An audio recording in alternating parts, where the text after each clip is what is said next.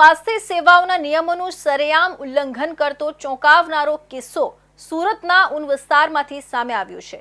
છેલ્લા 5 વર્ષથી લાયકાત વિના જ એક બોગસ તબીબ 10 થી વધુ બેડ ધરાવતી હોસ્પિટલ ચલાવી રહ્યો હતો।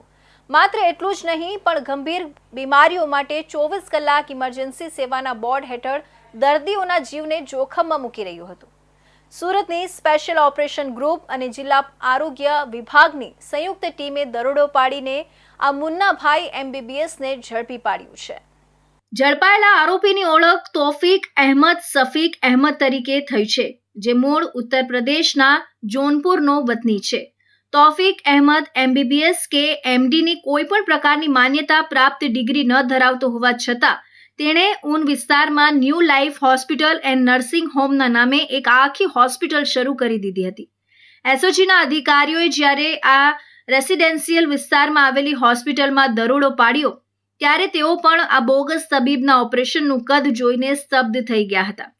હોસ્પિટલમાં 10 થી વધુ બેડ મૂકવામાં આવ્યા હતા અને દરોડા સમયે પણ કેટલાક દર્દીઓ બેડ પર સારવાર મેળવી રહ્યા હતા। બોગસ તબીબની સૌથી મોટી અને જોખમી પ્રવૃત્તિ હતી 24 કલાક ઇમરજન્સી સેવાનું બોર્ડ કોઈ પણ મેડિકલ લાયસન્સ કે વિશેષજ્ઞની હાજરી વિના આ શખ્સે ગંભીર અકસ્માત કે આકસ્મિક બીમારીના દર્દીઓને આકર્ષવા માટે આ જોખમી બોર્ડ લગાવ્યું હતું।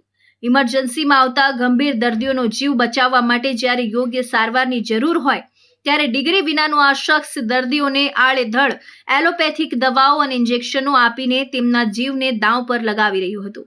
તેનું આ કૃત્ય માત્ર ગેરકાયદેસર પ્રેક્ટિસ નથી, પરંતુ સીધો જાહેર આરોગ્ય સાથે ચેડા કરવાનો ગંભીર ગુનો છે।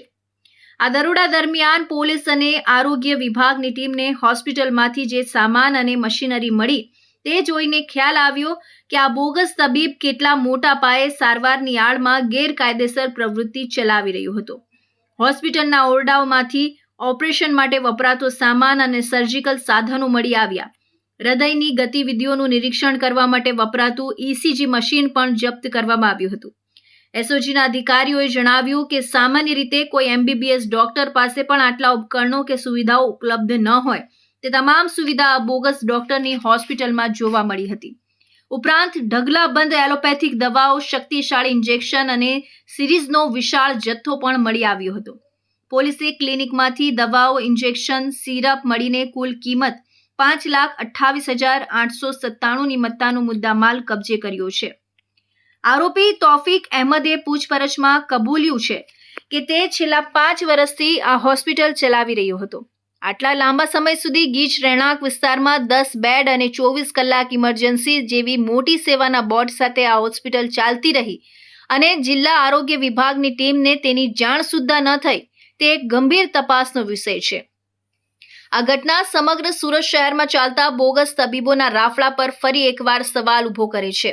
SOGએ તાત્કાલિક આરોપી તોફીક અહેમદ સફીક અહેમદની અટકાયત કરીને તેની વિરુદ્ધ ભેસ્તાન પોલીસ સ્ટેશનમાં ગુનો દાખલ કર્યો છે અને હવે આ નેટવર્કના મૂળ સુધી પહોંચવા માટે વધુ કાર્યવાહી હાથ ધરવામાં આવી છે। જાહેર આરોગ્યની સુરક્ષા માટે તંત્રએ આવા ગેરકાયદેસર પ્રેક્ટિશનરો સામે સખતમાં સખત પગલાં લેવા જરૂરી છે।